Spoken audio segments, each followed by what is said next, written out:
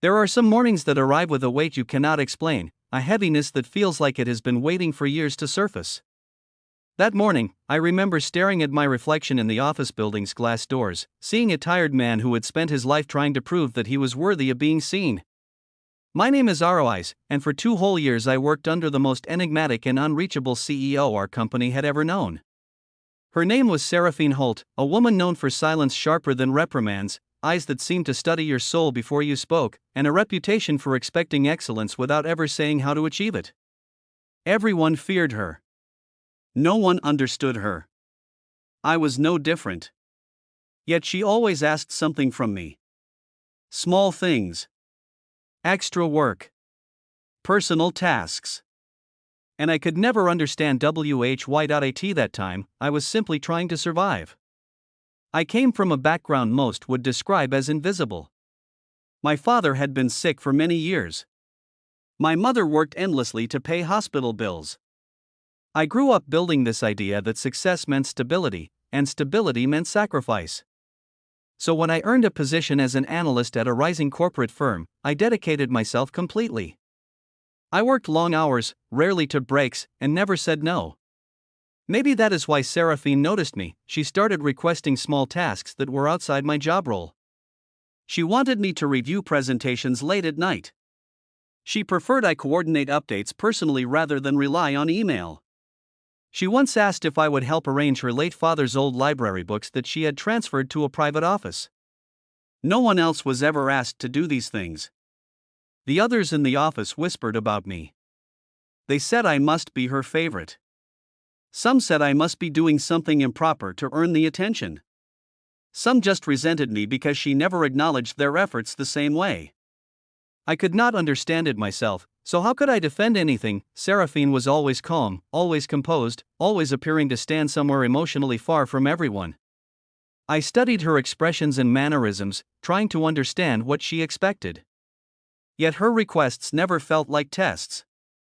They felt personal. Quiet. Intimate. And I did not know what to do with that feeling. Meanwhile, my life outside work continued to unravel.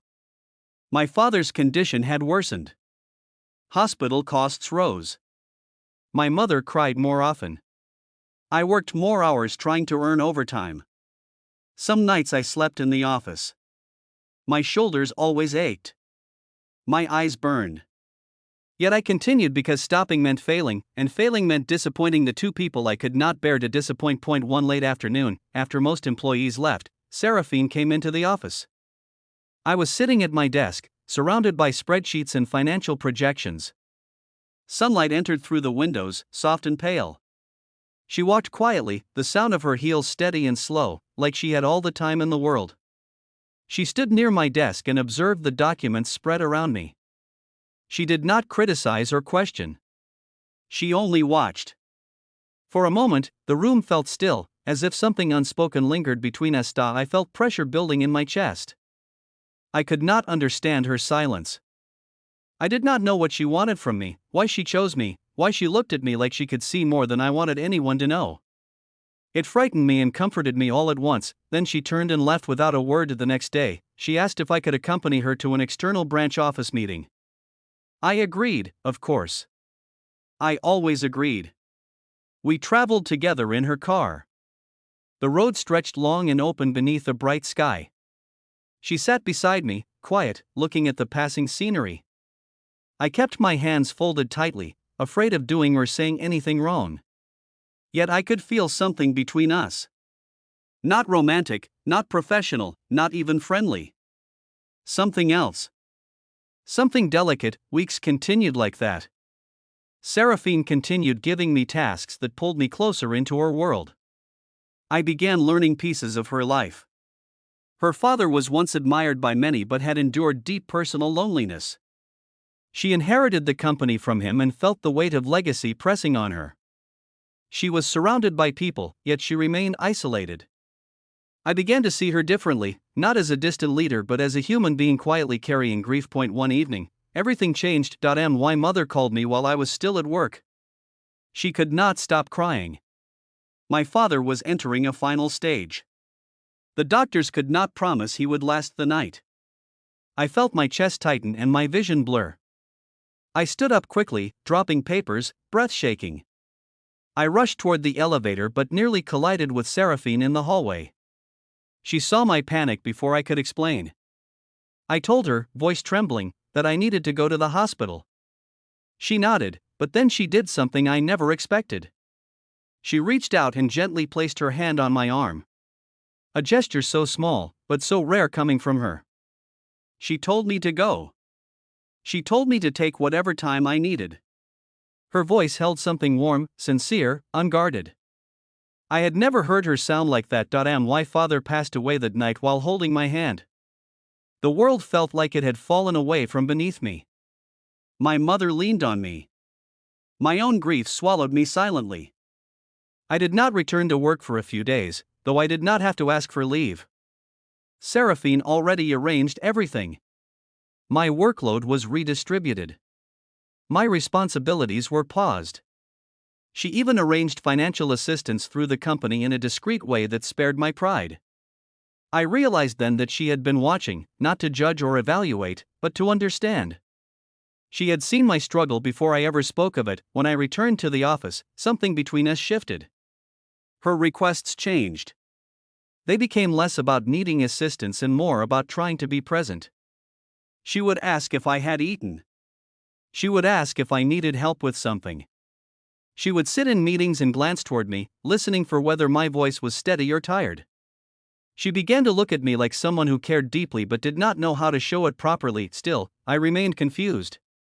I still did not know what she wanted. I thought she pitied me.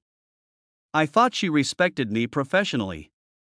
I thought perhaps she simply valued my loyalty, until one early morning, the realization surfaced. I arrived at work before sunrise, planning to start early on a quarterly report. The office was quiet, lit by a gentle blue morning haze. I entered the CEO's private library office, intending to return some files. I expected the room to be empty, but Seraphine was there. She sat on the floor between bookshelves, holding a framed photograph of her father.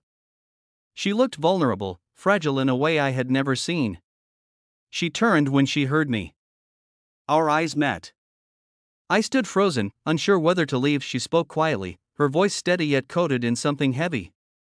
She said she kept trying to show me that she did not want my help only because of my work. She had tried to offer care, concern, perhaps even admiration.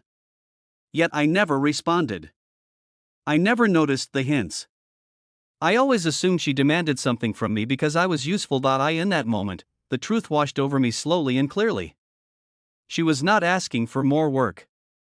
She was trying to build a connection. She was trying to reach me. She was trying to keep me close, she murmured softly, asking when I would finally see her hints. The question was not desperate. It was patient. Almost tender. She looked tired of carrying the silence alone. I sat beside her on the floor.